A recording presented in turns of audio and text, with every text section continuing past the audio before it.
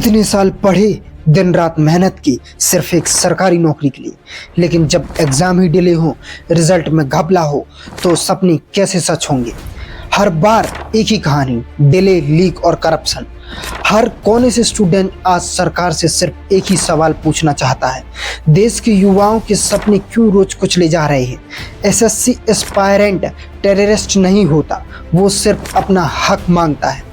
अगर आप भी एक एसएससी एस्पायरेंट हैं या किसी एस्पायरेंट को जानते हैं, इस वीडियो को शेयर करो ताकि सरकार तक हमारी आवाज़ पहुंचे। ये लड़ाई सपनों के लिए, ये लड़ाई अपनों के लिए, ये लड़ाई ईमानदारी के लिए और ये लड़ाई न्याय के लिए, और ये लड़ाई हम सब मिलके जीतेंगे। इस वीडियो को इतना शेयर करो कि ये वीडियो सरकार तक पहुंच जाए और हमें और हमारे जैसे लोगों को एसएससी में न्याय मिले और इस आंदोलन को भी न्याय मिले, ताकि सभी परेशान स्टूडेंट अपने घर में आराम से पढ़ाई करें और एसएससी का एग्ज़ाम दे सकें। तो दोस्तों, स्वागत है आपका हमारे यूट्यूब चैनल पर। तो दोस्तों, हम आपको बताना चाहते हैं कि अभी हाल ही में दिल्ली में आंदोलन किया जा रहा है, जिसमें देश भर से कोने कोने से स्टूडेंट्स और टीचर्स आए हुए हैं, जिसमें कि सारी भारी मात्रा में मिलकर आंदोलन दे रहे हैं और बेरहमी से मारे जा रहे हैं, पीटे जा रहे हैं और जलील हो रहे हैं। तो दोस्तों, पहले तो हम आपको बता दें कि एग्ज़ाम एसएससी की परीक्षाओं के लिए हो रहे हैं। तो दोस्तों, जिन लोगों को ये पता नहीं है कि एसएससी क्या है, तो उनको मैं बता देता हूँ। तो दोस्तों, मैं आपको बता दूं कि एसएससी का फुल फॉर्म होता है स्टाफ सिलेक्शन कमीशंस, कर्मचारी चयन आयोग। यह एक केंद्र सरकार की नौकरी होती है, जिसमें कि बहुत ही बड़े बड़े पद मौजूद होते हैं, जैसे कि एएसओ, एलडीसी एंड यूडीसी। तो दोस्तों, मैं आपको बता दूं कि अभी हाल ही में एसएससी के एग्ज़ाम चल रहे थे, जिसको लेकर सभी एसएससी के छात्र बहुत ही ज़्यादा एक्साइटेड थे। एग्ज़ाम करवाने की जिम्मेदारी भारत सरकार ने एजुक्यूटी नामक कंपनी को सौंपी हुई थी। जी हाँ दोस्तों, ये वही एजुक्यूटी नामक कंपनी है जिसने बहुत ही सारे घपले करवाए हैं, और घपलों के मामलों में तो इसका नाम सबसे आगे आता है, और ये बहुत ही फ्रॉड कंपनी भी मानी जाती है। मैं आपको बता दूं कि इसने कई सारे घोटाले किए हैं। एजुक्यूटी के बस की हमें तो नहीं लगता कि उसके पास खुद व्यवस्था है एग्जाम सही से करवाने की। मध्य प्रदेश का हालत, पटवारी का पेपर उसने कराया, मध्य प्रदेश पुलिस का यूपीएसआई का पेपर उसने कराया, राजस्थान के कई पेपर उसने कराया। एक भी पेपर ऐसा नहीं जिसमें चीटिंग की खबरें तक ना आई हो। 25-25 लाख में चीट हुई है सर। तो दोस्तों, मैं आपकी जानकारी के लिए बता दूं कि एजुक्यूटी ने अभी तक की स्टेट गवर्नमेंट के ही एग्जाम कराए थे, जो कि वो कराती आई है, और इस बार वो करा रही थी सेंट्रल गवर्नमेंट के, यानी कि एसएससी के एग्जाम। अभी तक वो कराती थी सिर्फ पीएससी के एग्ज़ाम।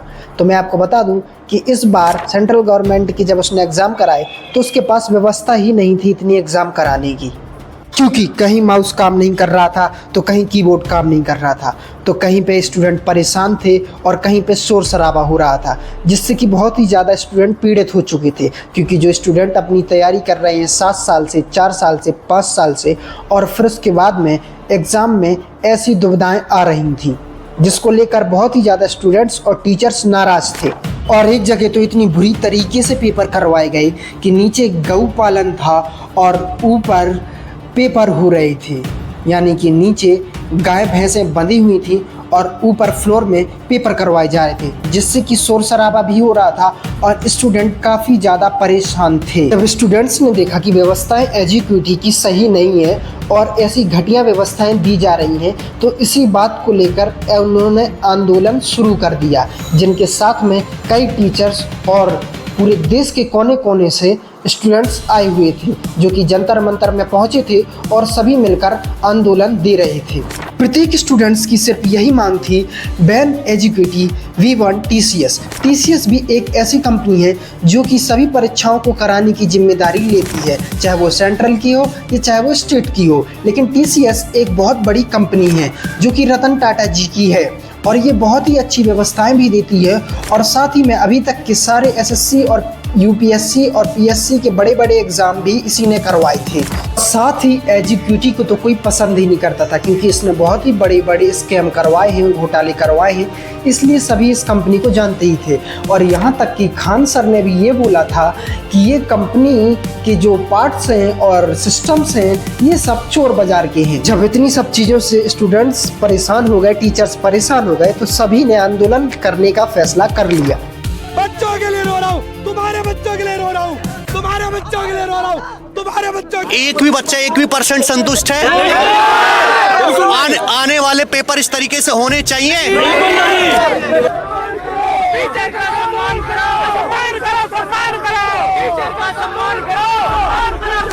जब टीचर्स ने और बच्चों ने आंदोलन दिया तो सरकार ने देखा कि ये तो आंदोलन दे रहे हैं और हमें उजागर कर रहे हैं, तो सभी ने बोल दिया पुलिस वालों से कि लाठी चार्ज कर दो इनके ऊपर। और मोदी जी ने डीसीपी साहब को ऑर्डर दे दिया कि सभी को धो डालो और किसी को भी यहाँ पे खड़ा ना रहने देना।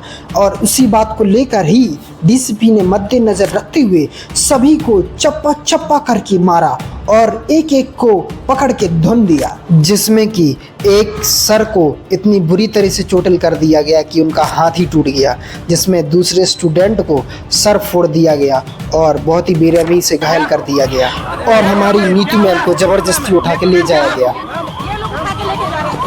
अब यहाँ पे आखिरकार गलत क्या है, मैं पूछना चाहता हूँ देश की सरकार से कि आखिरकार टीचर्स और स्टूडेंट्स के साथ में जब गलत हो रहा है तो फिर सुनवाई क्यों नहीं की जा रही? सुनवाई किस बात के लिए नहीं की जा रही? या तो एजुक्यूटी से उनका मेंबरशिप है घपले को लेकर, क्योंकि एजुक्यूटी ने पहले भी बहुत बड़े बड़े घोटाले किए हैं और शायद नरेंद्र मोदी जी का उनसे संबंध हो कि इस बार भी 1000 करोड़ की डील फाइनल हो जाएगी और हम इसी तरह से घपले करते रहेंगे और जनता को तो कुचलते रहेंगे और पिटवाते रहेंगे, तो शायद ये भी हो सकता है। तो दोस्तों, और भी ऐसी इन्फॉर्मेशन के लिए हमारा यूट्यूब चैनल सब्सक्राइब करना ना भूलें, प्रेस बेल आइकन को दबा दें, वीडियो को लाइक कमेंट शेयर जरूर कर दें।